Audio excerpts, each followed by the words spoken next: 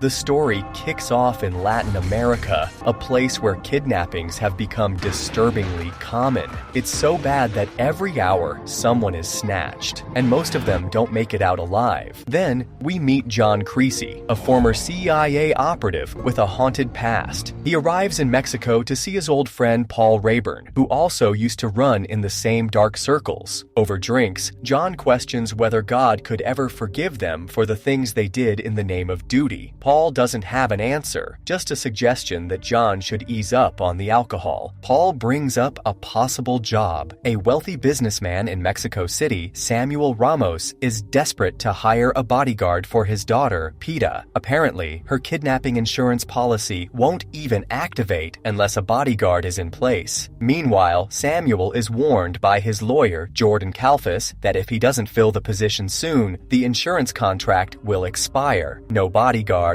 no payout. Paul convinces John to take the gig. Despite drowning in regret and booze, John agrees and soon finds himself riding in a car with Samuel, who's reviewing his file. 16 years in counterterrorism and the CIA. That's not something you see every day. Impressed, Samuel asks why someone with that kind of resume is doing bodyguard work. John admits that his drinking has dulled his reflexes, making him a liability for serious government jobs. Samuel doesn't seem to mind. He just wants his daughter safe. Still, he does request that John keep the drinking talk away from his wife. At the Ramos home, John meets Lisa, Samuel's wife. She seems pleased that he's American and welcomes him warmly. Soon after, their young daughter, Peta, shows up. She takes John on a quick tour of her room, casually mentioning that he's her fifth bodyguard. The others never stayed long, and she hopes he won't vanish like they did. Despite John's quiet, gloomy demeanor, Peta quickly warms up to him. She even gives her teddy bear a new name, Creasy Bear. One afternoon, while John is examining a map of her school, a noisy parrot in the corner keeps interrupting. It belonged to one of the former bodyguards. Annoyed, John simply opens the cage and lets it fly free. The next morning, John drives Peta to school, and as usual, she's full of curiosity. She bombards him with questions, starting with whether it's strange being a black bodyguard in Mexico. John shrugs it off, saying, "Time will tell." Peta then brings up the rising number of kidnappings in the city in just the last week. She's sharp for her age and clearly aware of the dangers around her. When they arrive at the school, she insists he come inside to sign the registry. Inside, she introduces him to her headmistress, who takes one look at John and instantly senses the weight he carries. She tells him he looks like a man who's seen too much darkness. She recommends reading the Bible to find some peace, and even recites a few verses. But before she can finish, John joins in, reciting verses from memory. She's surprised to learn he already reads the Bible. While Peta is in class, John waits outside in the car. When school ends, he picks her up again, and the questions continue. This time, she wants to know if John enjoyed school as a kid. He admits he didn't. His school was boring, nothing like hers with all its fun activities. Eventually, her endless chatter wears him down. He tells her flatly that he's her bodyguard, not her friend, and that she should stop with the questions. That stings. Peta silently climbs into the back seat, clearly upset. John realizes he may have crossed a line. Later at home, Lisa tries to start a friendly conversation with John, but he keeps his distance. He explains that he's not much of a talker and makes it clear he's only there to do his job, not to socialize. That night, unable to sleep, John is overwhelmed by memories of his past, regrets, mistakes, and pain he can't shake. In a moment of despair, he picks up his gun and tries to end it all, but fate intervenes. The bullet misfires. Shaken, he calls Paul and tells him what just happened. Paul urges him to pull himself together. Outside, in the pouring rain, John stands motionless, drenched and broken. Watching from her bedroom window, Peta sees everything, and now, for the first time, she begins to understand that the man guarding her isn't just quiet, he's hurting. The next morning, John drives Peta and Lisa to school. Along the way, he notices a suspicious car tailing them. He subtly asks Peta for a pencil. While handing one over, the clever girl also jots down the license plate number herself. Later that day, it's PETA's big swimming competition. John is there, watching from the stands. She gives it her all, but ends up finishing third. On the ride back, she's discouraged, thinking she'll never win. John gently tells her that she actually swims faster than everyone else. Her only flaw is hesitating at the dive. It's a small thing, but it shows he's paying attention, and he believes in her. As John spends more time training PETA, their bond grows stronger. He's no longer just a bodyguard. He's becoming a mentor, even a friend. While Samuel and Lisa leave the city for a while, John stays behind with PETA and starts helping her with her swimming. He works on her confidence, especially her timing at the jump. Day by day, she gets better, not just in the pool, but in spirit too. Eventually, the big day arrives. PETA enters another swim competition, and this time, thanks to John's coaching, she nails the jump and wins. The joy on both their faces says it all. For the first time in a long while, John feels genuinely proud and connected. Soon after, PETA starts piano lessons, and John takes her to class. But something outside doesn't feel right. As he steps out of the building, he spots a familiar car parked nearby, the same one that had followed them before. At the same time, two police officers block the street. The tension hits instantly. John knows what's coming. He rushes to the entrance and tells PETA to run. Gunfire erupts. Chaos breaks out. John, despite being outnumbered, manages to take down 4 attackers, including 2 cops, but not without cost. He's gravely wounded, and PETA is taken. Later, because of his injuries and the chaos left behind, authorities pin suspicion on John, but not everyone buys the official story. Mariana Guerrero, a sharp and fearless reporter, publicly challenges it.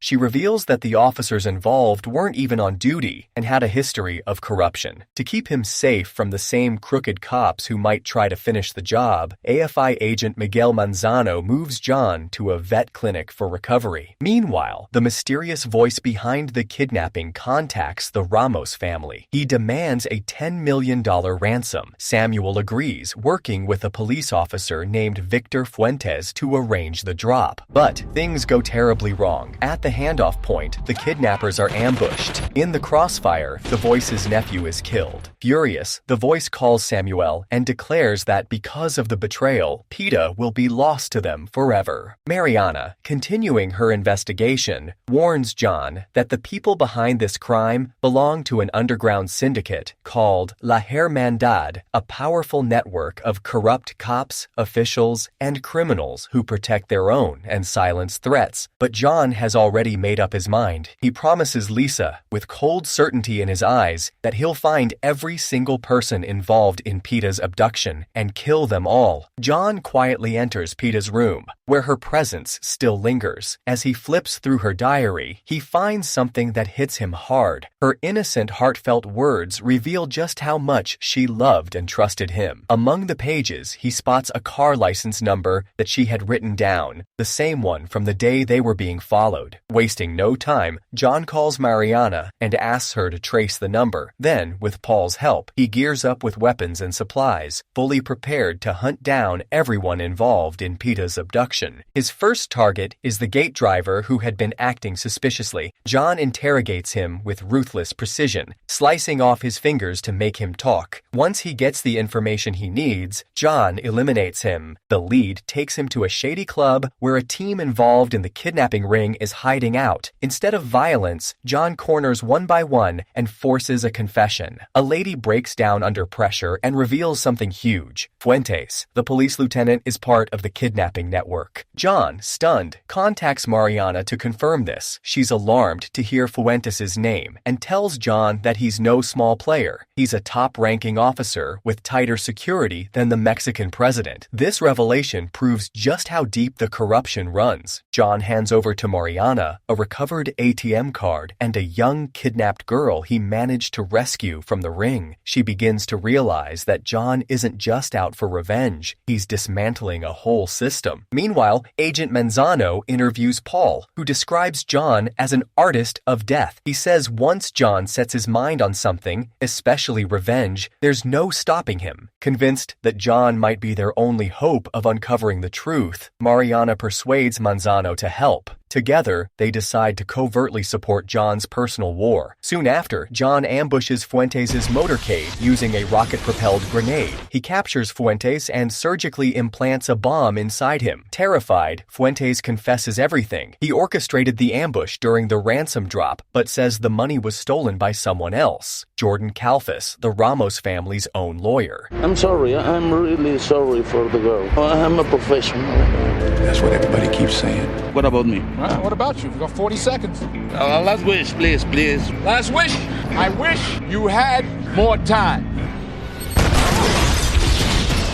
John heads to Kalfas's home, only to find him already dead, decapitated, floating in his pool. But among the wreckage, John finds something useful, banking documents that lead him to a shocking new suspect, Samuel. John finally confronts Samuel and looks him straight in the eye, demanding to know the truth. But he doesn't stop there. He also turns to Lisa and asks if she had any role in what happened to Peta. Shocked and confused, Lisa denies any involvement. Cornered, Samuel breaks down. He confesses that it was Kalfas who proposed the idea, stage Peta's kidnapping to claim the insurance money, just to cover his father's enormous debts. The plan, Samuel insists, was never supposed to hurt Peta, but when Fuentes sabotaged the ransom drop, everything went wrong. Believing Kalfas had caused Peta's death, Samuel killed him in a rage. Lisa is shattered. The man she trusted had sold out their own daughter. John doesn't say much. He simply hands Samuel the same bullet he once used in his failed suicide attempt and walks away, leaving him with a loaded gun. Moments later, a single shot echoes. Samuel has taken his own life. Meanwhile, Mariana and Manzano trace the ATM card John recovered back to the Voice's wife. This lead takes them straight to her house, where Manzano's team manages to infiltrate and capture a photo of the elusive ringleader. His real face, Daniel Sanchez, is finally revealed. Despite receiving threats from La Hermandad, Mariana publishes the photo for the world to see. She also sends the address to John. Wasting no time, John storms into Daniel's world. He captures both his wife and his brother, Aurelio. But during the confrontation, John is shot in the chest. Bleeding and barely hanging on, he pushes through and forces answers out of them. John calls Daniel, and that's when the truth hits. Peta is still alive. He lays down the terms. Either Peta walks free or his family dies. Daniel agrees, offering a trade, his family and John's life in exchange for the girl. John accepts. He calls Lisa and tells her to meet him at the bridge where the exchange will happen. There, under the dull gray sky, John sees Peta again. She's alive. The two embrace, and he gently tells her he loves her. Then, with the last ounce of strength left in him, he sends her off to her mother. John and Aurelio are then taken by Daniel's men. He doesn't fight it. His body is broken, but his heart is at peace. For the first time in a long while, he dies with a smile, knowing he kept his promise. Later, Manzano finishes what John started. He hunts Daniel down and puts a bullet in him. Peta is safe. Justice is served. Well, that's the end of this recap. If you enjoyed this movie, consider subscribing for more interesting stories. See you in the next video. Bye-bye.